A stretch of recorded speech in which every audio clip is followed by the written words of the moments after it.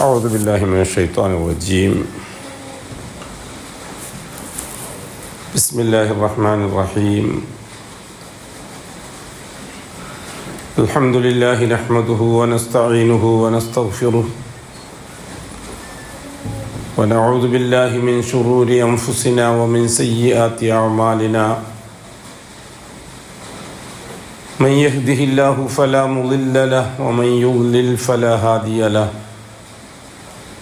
وأشهد أن لا إله إلا الله وحده لا شريك له وأشهد أن محمدا عبده ورسوله أرسله بالهدى ودين الحق ليظهره على الدين كله ولو كره المشركون. اللهم صل على محمد وعلى آل محمد كما صليت على إبراهيم وعلى آل إبراهيم وبارك على محمد وعلى آل محمد كما باركت على إبراهيم وعلى آل إبراهيم في العالمين إنك حميد مجيد.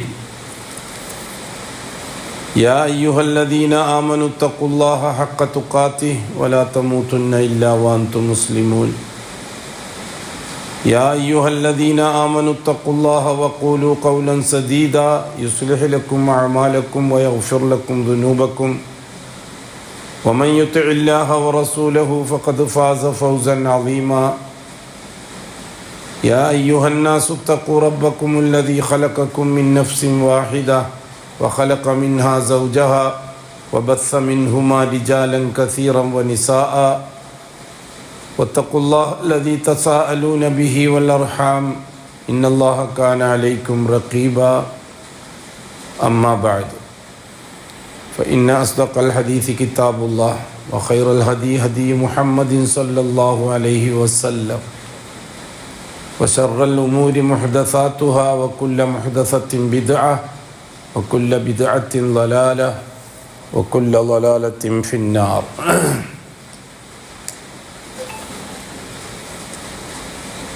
സഹോദരന്മാരെ, റസൂലുള്ളാഹി സ്വല്ലല്ലാഹു അലൈഹി വസല്ലം പ്രായപൂർത്തി അല്ലെങ്കിൽ തമ്മീസ് വരുന്ന കാലം മുതൽ തന്നെ ഇസ്ലാമിക ചിട്ടയിലായിരുന്നു വളർന്നു വന്നത്.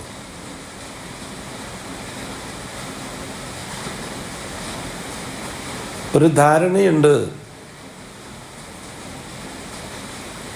ഖുറൈശികളുടെ ആ അവസ്ഥയിൽ തന്നെ റസൂലുള്ളാഹി തങ്ങളും നുബുവത്ത് കിട്ടലോടുകൂടിയാണ് അവസ്ഥകൾ മാറുന്നത് എന്നൊരു തെറ്റായ ചരിത്രധാരണ സമൂഹത്തിൽ കടന്നുകൂടിയിട്ടുണ്ട്. റസൂലുള്ളാഹി സ്വല്ലല്ലാഹു അലൈഹി വസല്ലം തമ്മീസ് മുതൽ തന്നെ ഒരു മുസ്ലിമായി ജീവിക്കുകയായിരുന്നു. ഇബ്രാഹിമി മില്ലത്ത് വളരെ കൃത്യമായി നടപ്പിലുണ്ട് എന്ന് തന്നെയാണ് ചരിത്രത്തിൽ മനസ്സിലാകുന്നത്. അള്ളാഹുവിനെ പ്രശ്നത്തിൽ ഇടപെടിപ്പിക്കുന്ന കാര്യത്തിൽ ഇടയാളുകൾ വേണം എന്ന വിശ്വാസം ഒഴിച്ച് ബാക്കിയുള്ളതെല്ലാം ഇബ്രാഹിമി ശരീഅത്തും മില്ലത്തുമാണ് ഖുറൈശികൾ നടത്തിക്കൊണ്ടു പോകുന്നത്. അതേസമയത്ത് തോന്നിയവാസങ്ങൾ, തെറ്റുകുറ്റങ്ങൾ, ഫവാഹിഷകൾ അത് യഥേഷ്ടമുണ്ട്. മദ്യപാനം, പലിശ മുതലായ തെറ്റായ പ്രവൃത്തികൾ, അഅമാലുകൾ എല്ലാ കാലഘട്ടത്തിലും ഉള്ളതുപോലെ ഈ കാലഘട്ടത്തിലും ഉള്ളതുപോലെ അത് അന്നത്തെ കാലഘട്ടത്തിലുമുണ്ട്. പക്ഷെ ആ ചുറ്റുപാടുകളിലൊന്നും അല്ല റസൂലുള്ളാഹി തങ്ങൾ സല്ലല്ലാഹു അലൈഹി വസല്ലം വളർന്നു വരുന്നത്. ചെറിയ ഉദാഹരണത്തിന്, റസൂലുള്ളാഹി സ്വല്ലല്ലാഹു അലൈഹി വസല്ലം ഖദീജയെ വിവാഹം കഴിക്കുന്നത് 25-ാമത്തെ വയസ്സിലാണ്.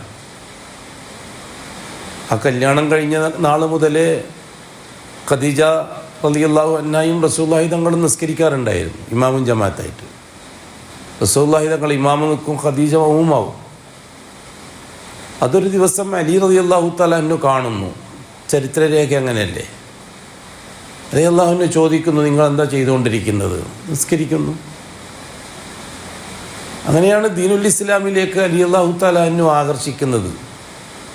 കുട്ടിപ്രായത്തിൽ തന്നെ ഇസ്ലാമാകുന്നതിൻ്റെ കാരണം അതാണ്. എന്നുവെച്ചാൽ ഇസ്ലാം നിലവിലുണ്ട്, ഇസ്ലാമിൻ്റെ അമാലുകൾ നിലവിലുണ്ട്, ഈമാൻ്റെ അർക്കാനുകളും നിലവിലുണ്ട്. ഇസ്ലാമിൻ്റെ അർക്കാനുകൾ മാത്രമാണ് നിലവിലില്ലാത്തത്. ഇസ്ലാമിൻ്റെ ഒന്നാമത്തെ കാര്യമായ ഷഹാദയാണ് നിലവിലില്ലാത്തത്. ഇലാഹുകളെ ഒഴിവാക്കുക എന്ന ഇസ്ലാമിൻ്റെ അടിസ്ഥാന നയം മാത്രമാണ് ഇല്ലായിരുന്നത്. ബാക്കിയെല്ലാം അല്പസ്വല്പ വ്യത്യാസത്തോടു കൂടി നിലവിലുണ്ടായിരുന്നു. റസൂലുള്ളാഹി സ്വല്ലല്ലാഹു അലൈഹി വസല്ലം മിഅ്റാജിൻ്റെ സമയത്തല്ലേ നിസ്കാരം ഫർളാകുന്നത്. അതിനു മുമ്പേ റസൂലുള്ളാഹി തങ്ങൾ നിസ്കരിക്കുന്നുണ്ടല്ലോ. അല്ലെങ്കിൽ പിന്നെ യാ അയ്യുഹൽ മുസ്സമ്മിലു ഖുമിൽ ലൈല ഇല്ലാ ഖലീല എന്ന് പറഞ്ഞ ആ ഖുമിൽ ലൈല ആ ഖിയാം ഏതാണ്? അല്ലാഹു തആല റസൂലുള്ളാഹി തങ്ങൾക്ക് ചെറിയ പ്രായം മുതലേ നിസ്കരിക്കാനുള്ള തർത്തീബ് കൊടുക്കുകയാണ്. ആ പാരമ്പര്യത്തിൽ അന്ന് ഇസ്ലാമിൻ്റെ ചിട്ടയിൽ ജീവിക്കുന്ന ആൾക്കാരൊന്നുണ്ടായിരുന്നല്ലോ. വറഖത്ത് ബിൻ നൗഫൽ മാത്രമല്ല, മറ്റു പലരും ഉണ്ടായിരുന്നല്ലോ ഇബ്രാഹിമി ശരീഅത്തനുസരിച്ച് ഇസ്ലാമിക ചിട്ടയിൽ ജീവിക്കുന്നവർ.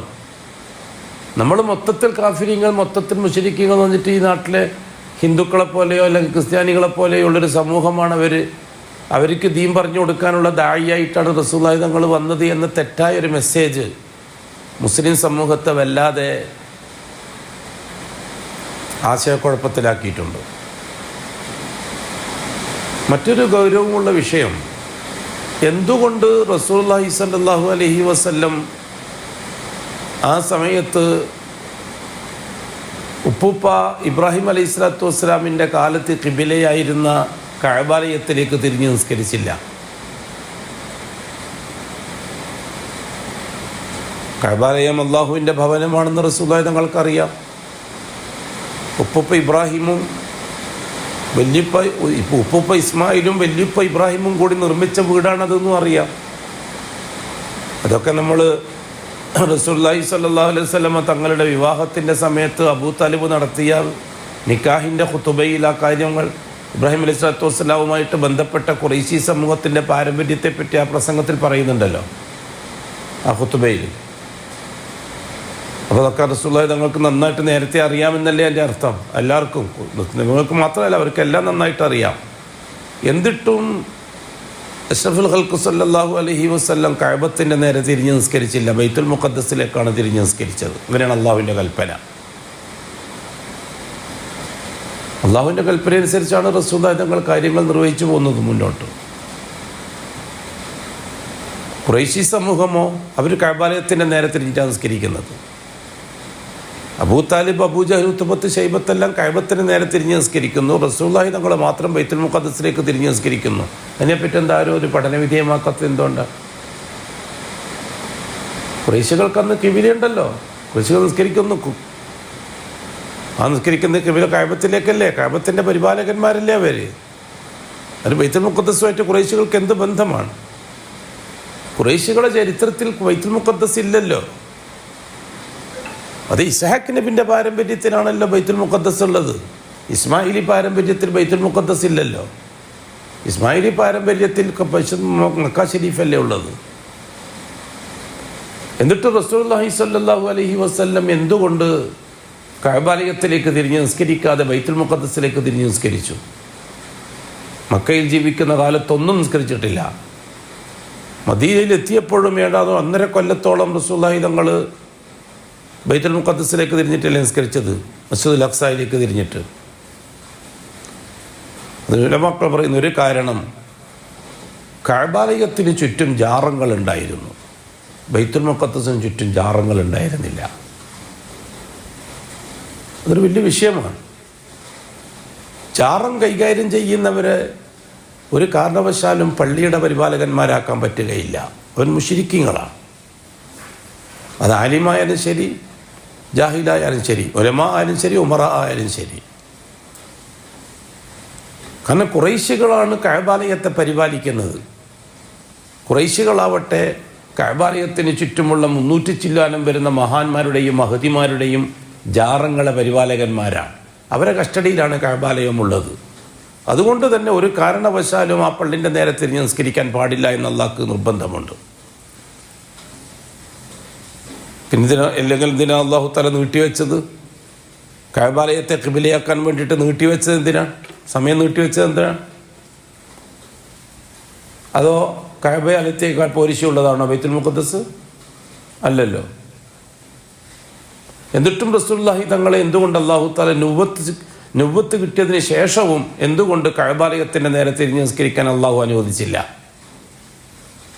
എന്തുകൊണ്ടും ശ്രേഷ്ഠത കഅബാലയത്തിനല്ലേ?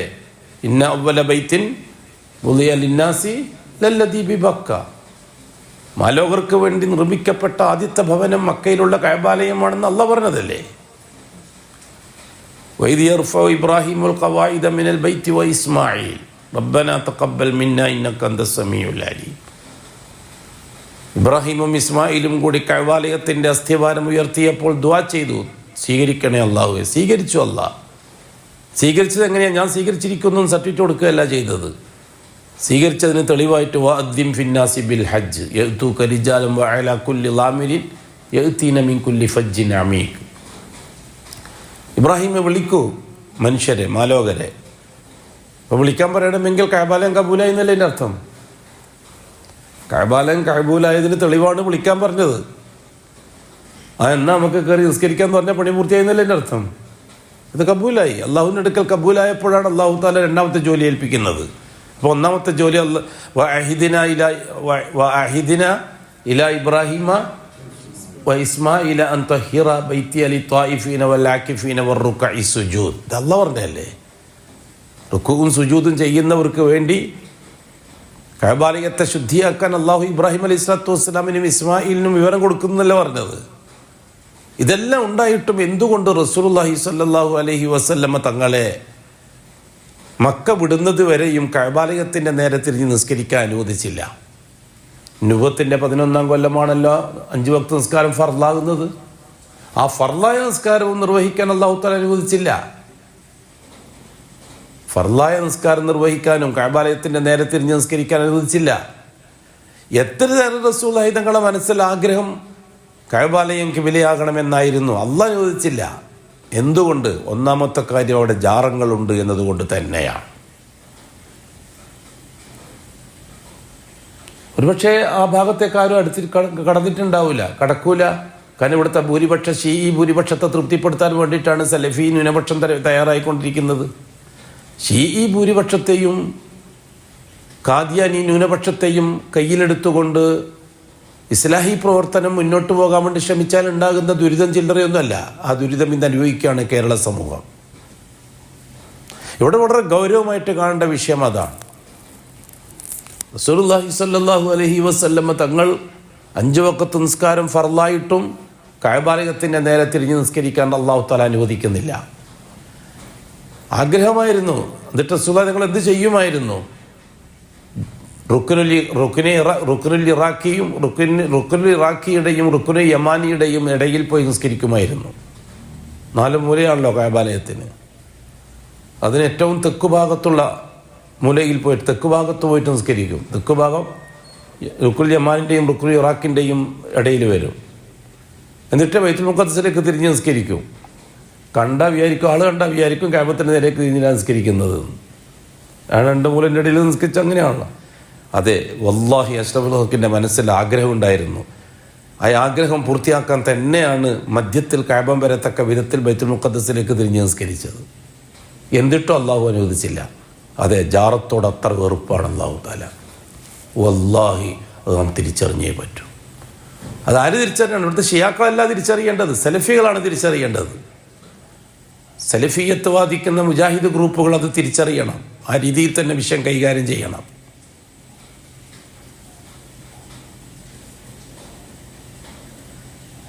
റസൂലുള്ളാഹി സ്വല്ലല്ലാഹു അലൈഹി വസല്ലം മദീനയിലേക്ക് പോയി. മദീനയിലെത്തി. നുബുവത്തിൻ്റെ 13-ാം കൊല്ലം മദീനയിലെത്തി. നുബുവത്തിൻ്റെ 15-ാം കൊല്ലമാണ് ഹിജ്റയുടെ 2-ാം കൊല്ലം. ബദർ നടക്കുന്നതിന് മുമ്പ് ആണ് അല്ലാഹു സുബ്ഹാനഹു വ തആല കഅബാലയത്തിലേക്ക് തിരിഞ്ഞ് നിസ്കരിക്കാൻ അനുവദിക്കുന്നത് റസൂലുള്ളാഹി തങ്ങളെ.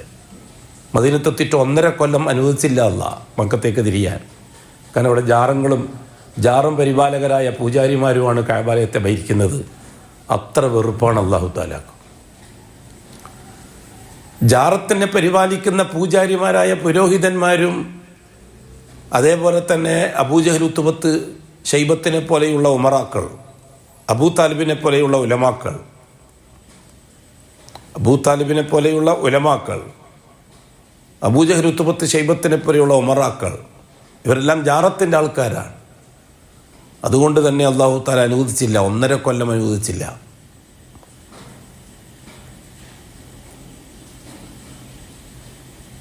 മദീനയിൽ നിന്ന് ഖസ്റജ് ഗോത്രക്കാരും ഔസ് ഗോത്രക്കാരും ഇസ്ലാമിലേക്ക് വരികയും അവർ മക്കയിലേക്ക് ഹജ്ജിന് വേണ്ടി പോകുകയും ആ ഹജ്ജുമായി ബന്ധപ്പെട്ട് മെല്ലെ മെല്ലെ ഖുറൈശി സമൂഹം ഇസ്ലാമിലേക്ക് വരാൻ തുടങ്ങുകയും ജാറങ്ങളെ ബഹിഷ്കരിക്കുന്ന ഒരു സമൂഹം അഷ്റഫുൽ ഖൽക്കിൻ്റെ ശിഷ്യന്മാരുടെ കൂട്ടത്തിൽ തുടക്കത്തിൽ ഉണ്ടായി വരികയും ചെയ്തു. മദീനയിൽ എത്തിയപ്പോഴും അഷ്റഫുൽ ഖൽക്കിൻ്റെ മനസ്സ് ആഗ്രഹിക്കുന്നത്, വല്ലാതെ ആഗ്രഹിക്കുന്നു, മക്കയിൽ അഡ്ജസ്റ്റ് ചെയ്തിരുന്നു. ഞാൻ പറഞ്ഞതുപോലെ റുക്കുനുൽ ഇറാഖിയുടെയും റുക്കുനുൽ യമാനിയുടെയും ഇടയിൽ പോയിട്ട് നിസ്കരിച്ചാൽ മുമ്പിൽ കഅബ ഉണ്ടാകുക, അതിൻ്റെ അപ്പുറത്ത് വളരെ ദൂരത്താണ്, 100 കിലോമീറ്റർ 1000 കിലോമീറ്റർ അപ്പുറത്താണ് ബൈത്തുൽ മുഖദ്ദസ് ഉള്ളത്. അങ്ങനെ ഒരു സമാധാനം അഷ്റഫുൽ ഖൽക്കിന് ഉണ്ടായിരുന്നു. പക്ഷെ മദീനത്ത് ആ സമാധാനം നഷ്ടപ്പെട്ടു റസൂലുള്ളാഹി തങ്ങൾക്ക്. കാരണം നേരെ പിറകു വശത്താണ് കഅബാലയം, മദീനയുടെ വടക്ക് വശത്താണ് ബൈത്തുൽ മുഖദ്ദസ്, തെക്ക് വശത്താണ് മക്ക മുക്കറമ. അപ്പോൾ മദീനയിൽ നിന്ന് വടക്കോട്ട് തിരിഞ്ഞ് നിസ്കരിക്കുമ്പോൾ റസൂലുള്ളാഹി തങ്ങൾക്കുണ്ടാകുന്ന പ്രയാസം ചില്ലറയല്ല. റസൂലുള്ളാഹി സ്വല്ലല്ലാഹു അലൈഹി വസല്ലം നിർമ്മിച്ച പള്ളികളെല്ലാം അതിൻ്റെ ഖിബില അന്ന് അങ്ങോട്ടായിരുന്നു. മസ്ജിദ് നബവിയുടെ ഖിബില വടക്കോട്ടായിരുന്നു, ഇന്ന് കാണുന്ന സ്ഥലത്തായിരുന്നില്ല, നേരെ എതിർദിശയിലായിരുന്നു. ഖുബാ മസ്ജിദിൻ്റെ ഖിബില എങ്ങോട്ടായിരുന്നു? അതൊന്നും ചർച്ച കൊണ്ടുവരാത്തത്. അന്നൊക്കെ റസൂലുള്ളാഹി സ്വല്ലല്ലാഹു അലൈഹി വസല്ലം വളരെ പ്രയാസപ്പെട്ടുകൊണ്ടായിരുന്നു. രാത്രി സമയത്തൊക്കെ ചിലപ്പോൾ പുറത്തിറങ്ങും റസൂലുള്ളാഹി തങ്ങൾ, ആകാശം നോക്കി ആലോചിക്കും, മനസ്സറിച്ചോ ആഗ്രഹം, പറയാൻ ധൈര്യമില്ല, ഒന്ന് മാറ്റിത്താന്ന് പറയാൻ ധൈര്യമില്ല റസൂലുള്ളാഹി തങ്ങൾക്ക്. കാരണം അള്ളാഹുവിൻ്റെ തീരുമാനത്തിനെതിരായിട്ട് പറയാനായിരിക്കും അവകാശം. വല്ല ഖൈറുണ്ടെങ്കിൽ അള്ളാഹു കൽപ്പിക്കുമായിരുന്നല്ലോ, 5 നേരം ഫർളാക്കി അള്ളാഹ്ക്ക് കിബിലക്ക് നേരെ തിരിയാൻ വേണ്ടി പറയാമല്ലോ. എന്ത് തമാശയാണിത്? അല്ലെങ്കിൽ തന്നെ അതൊരു തമാശയാണല്ലോ ഇപ്പോൾ സെൽഫികൾക്കടക്കം. ഇപ്പം ജിന്നുകളെയും ശൈത്താനെയും ഒക്കെ ചർച്ച ചെയ്യലാണല്ലോ സെൽഫികൾക്കെല്ലാം വലിയ ഹരം. അതിനുവേണ്ടിയാണല്ലോ ലക്ഷങ്ങൾ ചിലവാക്കിയിട്ട് വലിയ വലിയ സമ്മേളനങ്ങൾ നടത്തുന്ന എല്ലാവരും ജിന്നുകളെ പറയാൻ. ആ ജിന്ന് ജിന്ന് ജിന്ന് ജിന്ന് ജിന്ന് ലാസ്റ്റ് എന്ത് പറയും? വിളിക്കാൻ പറ്റില്ല കേട്ടോ, വസിലത്ത് ചുരുക്കാണ്. വസിലത്ത് ചുരുക്ക ഒരു കാര്യത്തെപ്പറ്റി എന്തിനെ പറ്റി ഇങ്ങനെ ചർച്ച? ഹറാമായ ഒരു കാര്യത്തെപ്പറ്റി എന്തിനു ചർച്ച? പാലിനെ പറ്റി ചർച്ച ചെയ്താൽ ആ കള്ളാണേ കുടിച്ചൊക്കെ ഉണ്ട്, ഹറാമാണ്, അങ്ങനെ പറയണോ? അത് കള്ള് വിട്ടേക്ക്, ഇത് പാലാണ് പറഞ്ഞാൽ പാലിൻ്റെ പതാല് പറഞ്ഞാൽ മതിയല്ലോ, കള്ളിൻ്റെ പതാല് പറയണോ? ഹറാമായ വിഷയത്തിൻ്റെ പതാല് എന്തിനു പറയണം? ഹറാമായ വിഷയത്തിന് ചർച്ച കൊണ്ടുവരണം. ഇതെന്തൊരു തമാശയാണത്? ഹറാമായ ഒരു വിഷയം ചർച്ച കൊണ്ടുവരിക, ലക്ഷങ്ങൾ ചിലവാക്കിയിട്ട്. അടിസ്ഥാനപരമായ വിഷയത്തിൽ നിന്ന് സമൂഹത്തെ മാറ്റി നിർത്തുക. ഞാൻ ചോദിക്കട്ടെ, സാമൂഹ്യമായ ഐക്യം, മാസപ്പിറവിയുമായിട്ട് ബന്ധപ്പെട്ടിട്ട് സാമൂഹ്യമായ ഐക്യം ഇസ്ലാമികമാണ് എങ്കിൽ ഞാൻ ചോദിക്കുന്നത്, ഈദ്ഗാഹിൻ്റെ കാര്യത്തിൽ ആ ഐക്യമാകാമായിരുന്നില്ലേ? തനി വിദ്യാർത്ഥല്ലേ ഈദ്ഗാഹിൻ്റെ കാര്യത്തിൽ ചെയ്തുകൊണ്ടിരിക്കുന്നത്? ഒരു നാട്ടിൽ 5 or 10 പള്ളികൾ ജുമ ഉണ്ടെങ്കിൽ ആ 10 പള്ളിയും കൂടി ഒരു സ്ഥലത്ത് കൂടാനല്ലേ ഈദ്ഗാഹ് സുന്നത്താക്കിയത് റസൂലുള്ളാഹി തങ്ങൾ? അന്ന് ഖുബായിൽ ഈദ്ഗാഹ് വേറെ ഉണ്ടായിരുന്നോ? ബനൂ സലീം ഗോത്രക്കാരുടെ പള്ളിയിൽ ഈദ്ഗാഹ് വേറെ ഉണ്ടായിരുന്നോ? വ്യത്യസ്ത ഗോത്രക്കാർക്ക് വ്യത്യസ്ത പള്ളികൾ ഉണ്ടായിരുന്നില്ല അന്ന് മദീനയിൽ? അവിടെയൊക്കെ ഈദ്ഗാഹുകൾ ഉണ്ടായിരുന്നോ? എല്ലാ ഈദ്ഗാഹും ഇന്നും ഈദ്ഗാഹ് ഒന്നല്ലേ ഉള്ളൂ മദീന മുനവ്വറയിൽ? മസ്ജിദ് നബവിയിൽ മാത്രമല്ലേ ഇന്നും ഈദ്ഗാഹ് ഉള്ളൂ? ഇവിടുത്തെ സലഫികൾക്ക് ഇത്രയധികം ഈദ്ഗാഹ് കിട്ടിയത് എവിടെ നിന്നാണ്? ഒരേ മഹല്ലത്തിൽ തന്നെ 4ഉം 5ഉം ഈദ്ഗാഹ് വന്നിട്ട് ഈ ഉമ്മത്തിനെ ഭിന്നിപ്പിക്കുന്ന നിങ്ങൾ മാസപ്പിറവിൻ്റെ കാര്യത്തിൽ മാത്രം ഒരു ഐക്യം പ്രസംഗിക്കുന്ന എന്ത് അടിസ്ഥാനത്തിലാണ്? നമുക്ക് മനസ്സിലാകുന്നില്ല. ഒരേ സംഘടനക്ക് തന്നെ ഒരേ മഹല്ലത്തിൽ 2-3 ഈദ്ഗാഹുകൾ, അവിടെ ഐക്യം ആവശ്യമില്ല. സാമൂഹ്യമായ ഐക്യമാണ് ഈ പ്രസംഗത്തിൻ്റെ കാതലെങ്കിൽ അല്ല. ഇവിടുത്തെ ഷീഈ ഭൂരിപക്ഷത്തെയും കാദിയാനി ന്യൂനപക്ഷത്തെയും തൃപ്തിപ്പെടുത്തണം. ഒന്നിക്ക് രാഷ്ട്രീയമായ ആവശ്യം, അല്ലെങ്കിൽ സാമ്പത്തികമായ ആവശ്യം. ചുരുങ്ങിയ പക്ഷം ബക്കറ്റ് പിരിവിനെങ്കിലും ആൾക്കൂട്ടം വേണം. ആൾക്കൂട്ടം ഉണ്ടെങ്കിലേ ബക്കറ്റ് പിരിവ് നടക്കുള്ളൂ. അത് തന്നെ ഷിയാക്കളും പണ്ട് ചെയ്തുകൊണ്ടിരുന്നത്. ആൾക്കൂട്ടത്തെ കൂട്ടുക, ദിക്റാൽക്കും ദാദാക്കും, എന്തിന്? പരിശീലിപ്പിക്കാൻ. നമ്മൾ ആളെ കൂട്ടുക സൗഹാർദ്ദത്തിൻ്റെ പേര് പറഞ്ഞിട്ട്, എന്തിന്? പരിശീലിപ്പിക്കാൻ. ദഅവത്തിൻ്റെ വിഷയത്തിൽ എന്തേ ഐക്യമില്ലാത്തത്? ഇവിടുത്തെ മുജാഹിദ് സംഘടനകൾക്കും സലഫി സംഘടനകൾക്കും ഐക്യത്തോടുകൂടി ജില്ലാടിസ്ഥാനത്തിലും താലൂക്ക് അടിസ്ഥാനത്തിലും ദഅവത്ത് നടത്താമായിരുന്നില്ലേ? ദഅവത്തിന് എന്തിനാ വ്യത്യസ്ത സ്റ്റേജുകൾ? ഒരു സംഘടന ദഅവത്ത് ഈ ആഴ്ച, രണ്ടാമത്തെ സംഘടന ദഅവത്തിന് രണ്ടാമത്തെ ആഴ്ച. എന്തേ അവിടെ ഒരു ഐക്യം കാണുന്നില്ല? പിന്നെ ആരൈക്യപ്പെടുത്താനാണ് ഈ മാസപ്പിറവിൻ്റെ കാര്യത്തിൽ മാത്രം മാനദണ്ഡം ലംഘിക്കുന്നത്? നമുക്ക് മനസ്സിലാകുന്നില്ല. ഐക്യമാണെങ്കിൽ നല്ലതല്ലേ? സന്തോഷമാണ് ഐക്യം. ഇവിടുത്തെ മുജാഹിദ് ഗ്രൂപ്പുകൾക്കും സലഫി ഗ്രൂപ്പുകൾക്കും ഒന്നിച്ചിരുന്ന് ഷീഈ ഗ്രൂപ്പുകളെയും ഖാദിയാനി ഗ്രൂപ്പുകളെയും മാറ്റി നിർത്തിക്കൊണ്ട് മസ്അല അനുസരിച്ച് തന്നെ പെരുന്നാൾ പ്രഖ്യാപനം നടത്തിയിരുന്നുവെങ്കിൽ ഐക്യം സുന്ദരമായില്ലേ? സലഫി ഐക്യം. സലഫി ഐക്യം വേണ്ട, കാരണം വേറെ തന്നെ നടക്കട്ടെ, അത് പിരിവുമായിട്ട് ബന്ധപ്പെട്ട കേസാണ്. ഷീഈ ഐക്യം പറ്റും. എന്തിന്? തെരഞ്ഞെടുപ്പ് വരുമ്പോൾ രാഷ്ട്രീയത്തിലാക്കാൻ. കടുപ്പം കൂടി പോകുന്നുണ്ടല്ലേ വർത്തമാനം പറയുമ്പോൾ? മിക്കവാറും ഇനിയും കടുപ്പം കൂടാനാണ് സാധ്യത.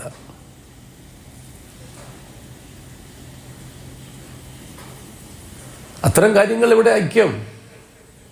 ഒരു സലഫി സുഹൃത്ത് മറ്റൊരു സലഫി സുഹൃത്തിനെ കണ്ടാൽ സലാം പറയാനുള്ള മാനസികാവസ്ഥയില്ല.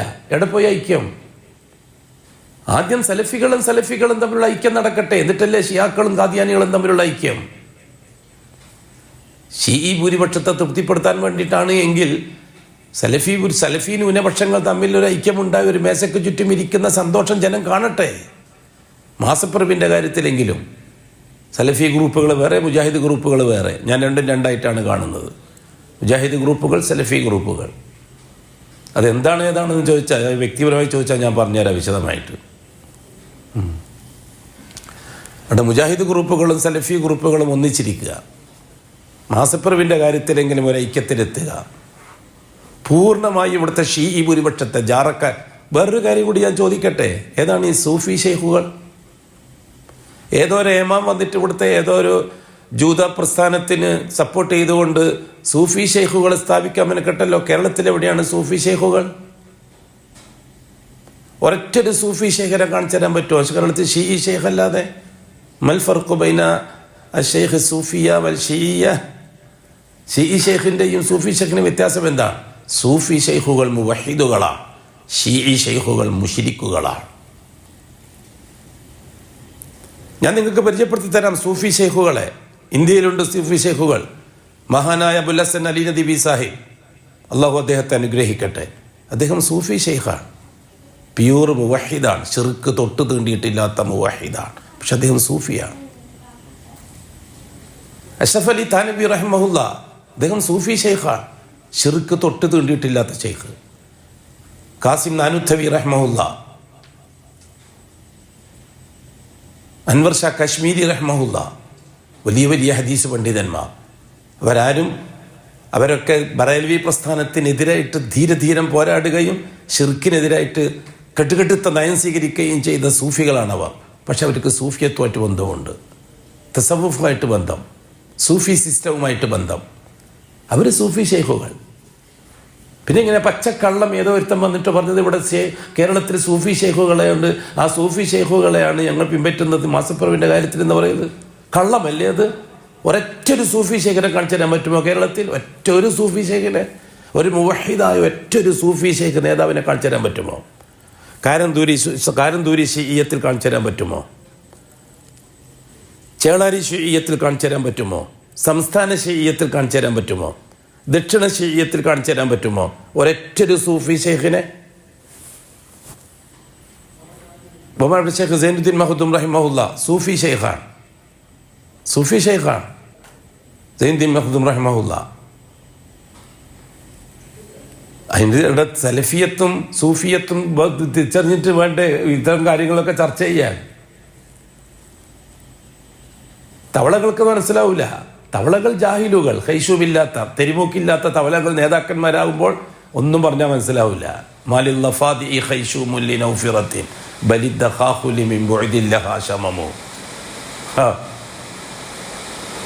മാലിൽ ലഫാദി, ഈ തവളകൾക്കില്ല ഹൈഷുമുൻ തെരുമൂക്കില്ല ലിനൗഫിറത്തിൻ താമരയുടെ മണമാസ്വദിക്കാൻ.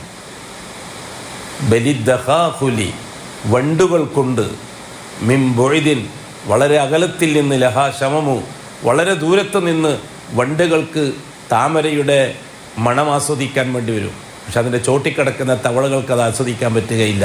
അതാണ് യഥാർത്ഥം പറയാന്ന് വെച്ചാൽ ഈ സംഘടനയുടെ തലപ്പത്തിരിക്കുന്നവരുടെ അവസ്ഥ.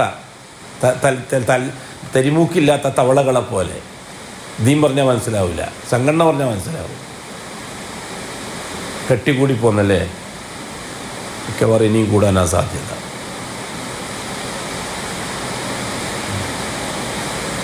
അപ്പോൾ പിന്നെ ഏത് സൂഫി ഷേഖിനെ തൃപ്തിപ്പെടുത്തിക്കൊണ്ടാണ്, ഏത് സൂഫി ഷേഖുകൾ മാസം കാണുന്നതനുസരിച്ചാണ് ഇന്ത്യയിലെ മുസ്ലിമീങ്ങൾ മാസം കാണുക എന്ന് ഏതോ ഒരുത്തൻ എവിടുന്നോ വന്നിട്ട് പറഞ്ഞെന്ന് പറഞ്ഞിട്ട്? സൂഫി ഷേഖുകളാണ് നമ്മൾ പമ്പിട്ടുന്നതെന്ന് അറബികൾക്ക് പറഞ്ഞാൽ മനസ്സിലാവും. അറബികളോട് സൂഫി ഷേഖ് എന്ന് പറഞ്ഞാൽ അവർ തള്ളൂല. ബഹുമാനപ്പെട്ട ഇബ്നു ബാസ് റഹിമഹുല്ലയാവട്ടെ, ഇബ്നു ഉസൈമീൻ, സാലിഹുൽ ഫൗസാൻ, ഇപ്പോൾ ഇവർക്കെല്ലാം സൂഫി ഷേഖിനെ പറഞ്ഞാൽ മനസ്സിലാവും. അവരൊക്കെ സൂഫി ഷേഖ് എന്ന് പറഞ്ഞാൽ അപ്പം തന്നെ അവരൊക്കെ പോവുക. അബുൽ ഹസൻ അലി നദ്വിയെ പോലെയുള്ള അവരൊക്കെ സൗദികൾ ആദരിക്കുന്ന സൂഫി ഷേഖുകളാണ്. അവരൊക്കെ വിശ്വസിക്കാൻ നോക്കുമ്പോൾ അബുൽ ഹസൻ അലി നദ്വി സൂഫി ഷേഖാന്ന് അറിഞ്ഞിട്ടും സൗദി അറേബ്യ രാജകീയമായി സ്വീകരിച്ചിട്ടില്ല അവരെ ജീവിതകാലത്ത്. കാരണം അവർക്ക് സൂഫി ഷേഖിനും ആ അറബികളെ തെറ്റിദ്ധരിപ്പിക്കുന്ന കള്ളത്തരമായിരുന്നില്ലേ കേരളത്തിൽ സൂഫി ഷെയ്ഖുകളെയാണ് ഞങ്ങൾ പിൻപറ്റുന്നത് മാസപ്പിറവിൻ്റെ കാര്യത്തിൽ എന്ന് പറഞ്ഞത്? കള്ളമായിരുന്നില്ല അത്? ചതിയായിരുന്നില്ല അത്?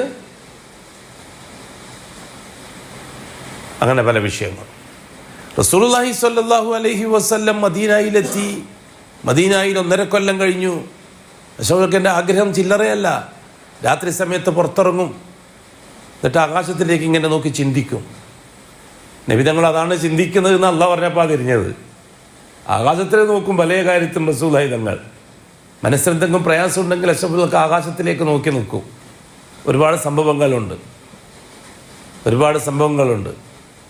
നക്ഷത്രങ്ങളുമായിട്ട് ബന്ധപ്പെട്ട സംഭവങ്ങൾ പറഞ്ഞ ഹദീസിൽ അങ്ങനെ വന്നതാണ്. ആകാശത്തിലേക്ക് മഗ്രിബിന് ശേഷം റസൂലുള്ളാഹി തങ്ങൾ പറഞ്ഞ സംഭവങ്ങൾ.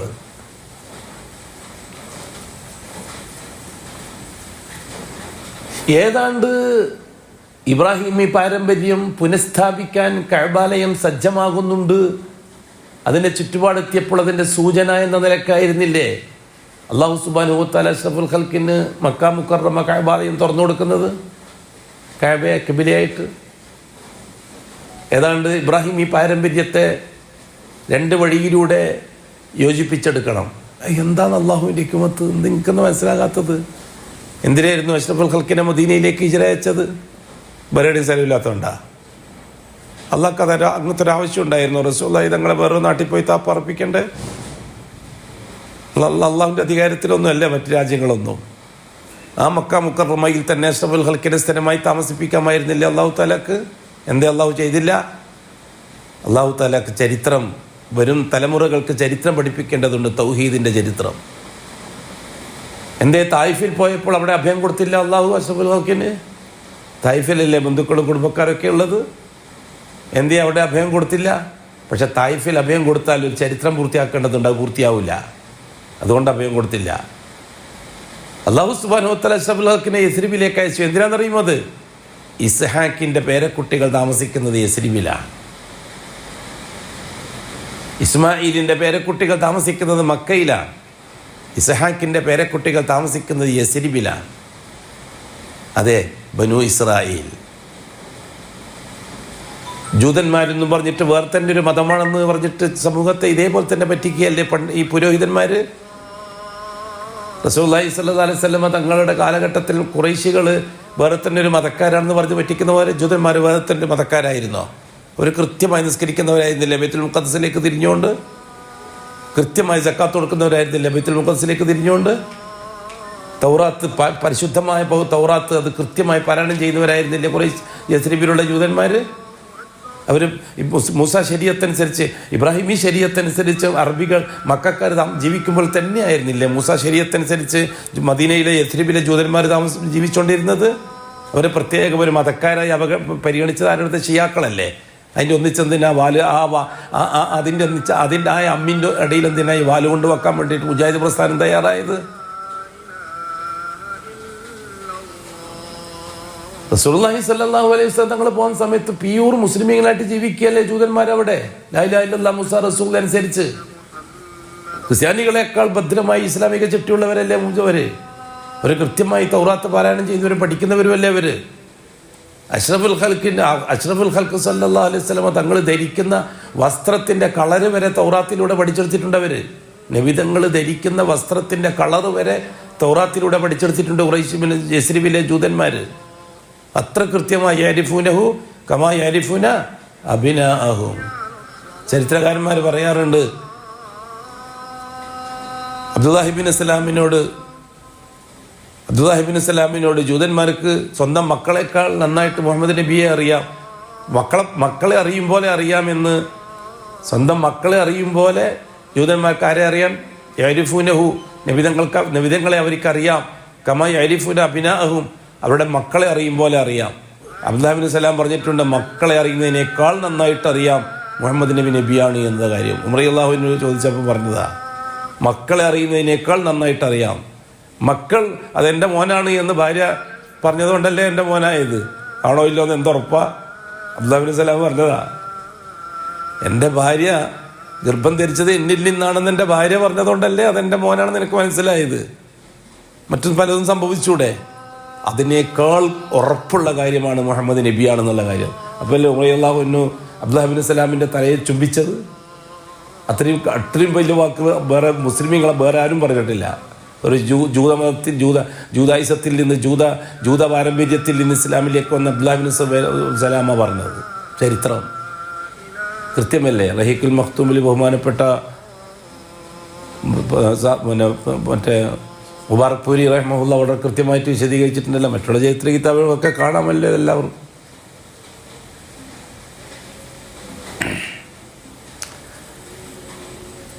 ആ ജൂതന്മാര് തിരിഞ്ഞ് നിസ്കരിക്കുന്ന ബൈത്തുൽ മുഖദ്ദസിലേക്ക് തന്നെ റസൂലുള്ളാഹി തങ്ങൾ നിസ്കരിക്കുന്നു. അതെന്താ നിങ്ങൾ ചിന്തിക്കാത്തത്?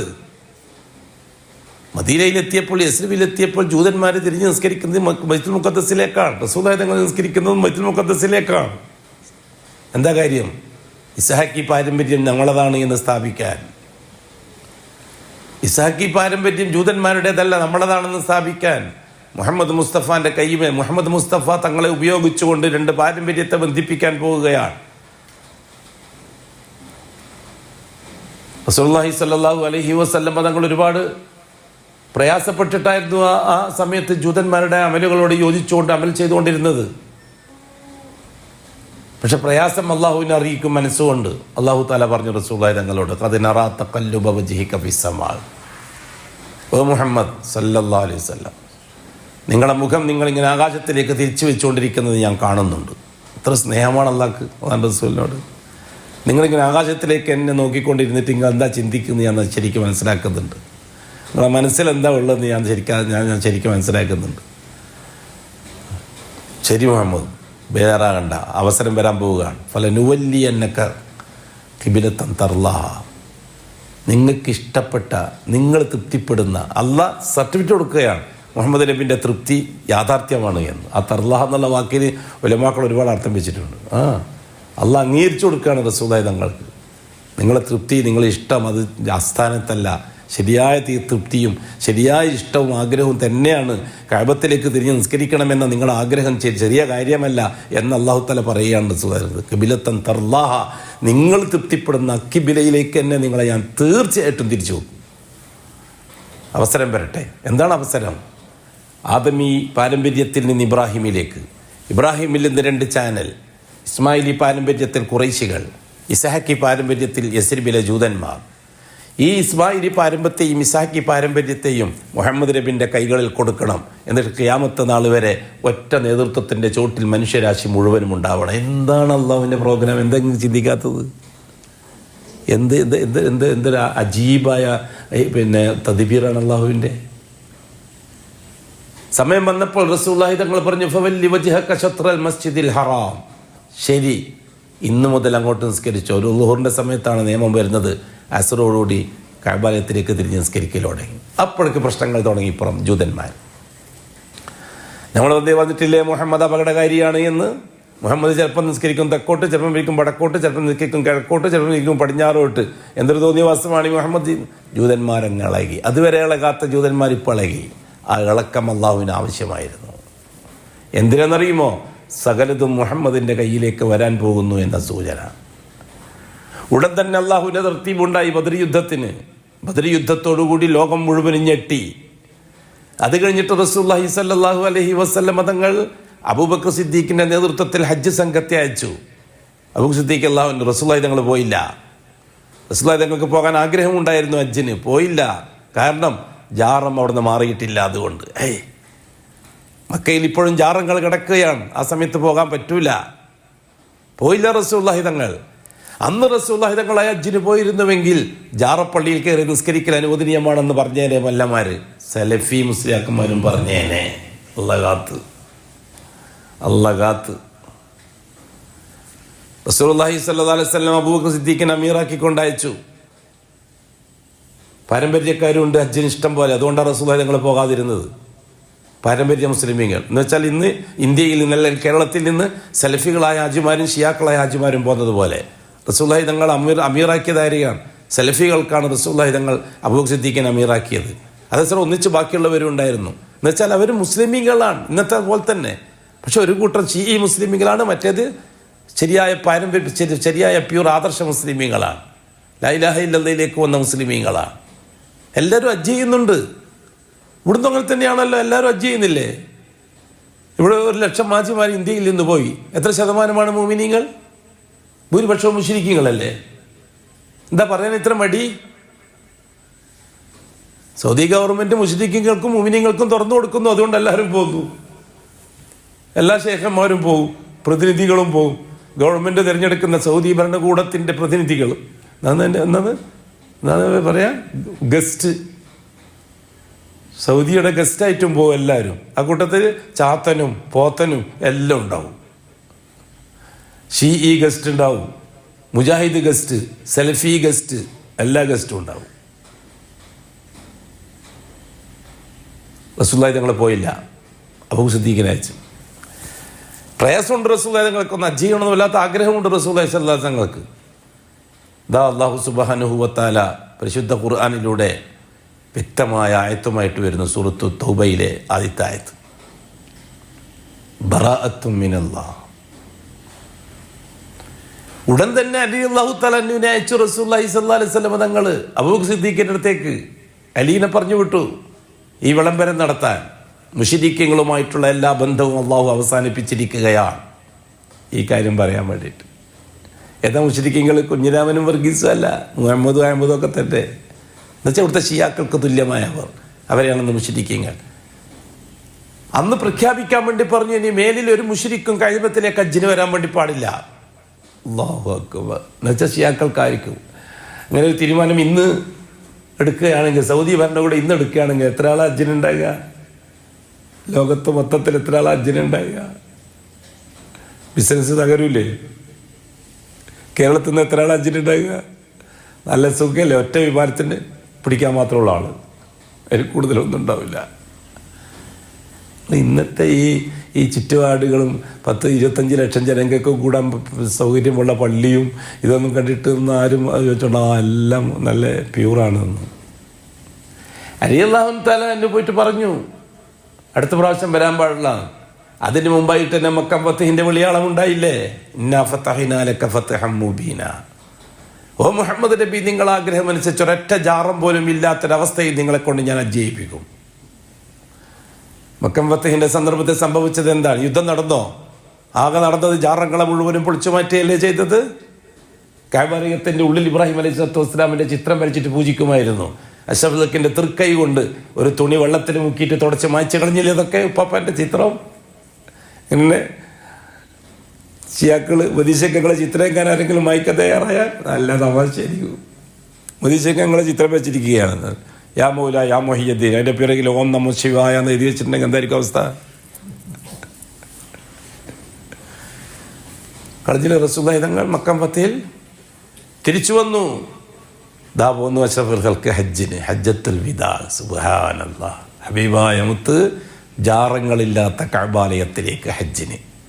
ജാറങ്ങളില്ലാത്ത കഅബാലയത്തിലേക്ക് ഹജ്ജിന്, ഹജ്ജത്തുൽ വിദാ, അഷ്റഫുൽ ഖൽക്കിൻ്റെ ആ ശക്തമായ നയം, ആ തൗഹീദ് നയം, അല്ലാഹു തആല അഷ്റഫുൽ ഖൽക്കിനെ പഠിപ്പിച്ച രീതി, അതായിരിക്കണം നമ്മുടെ കയ്യിലുള്ള സലഫിയത്ത്. അതായിരിക്കട്ടെ നമ്മുടെ സലഫിയത്ത്. ഇൻഷാ അല്ലാഹ് നമുക്ക് തുടരാം. അല്ലാഹു ഇൽമിൽ ബറക്കത്തും അമൽ ചെയ്യാൻ തൗഫീഖും നസീബാക്കി തരട്ടെ. അഖൂലു ഖൗലി ഹാദാ വല്ലാഹു അഅലം വഅസ്തഗ്ഫിറുല്ലാഹൽ അസീമ ലി വലക്കും.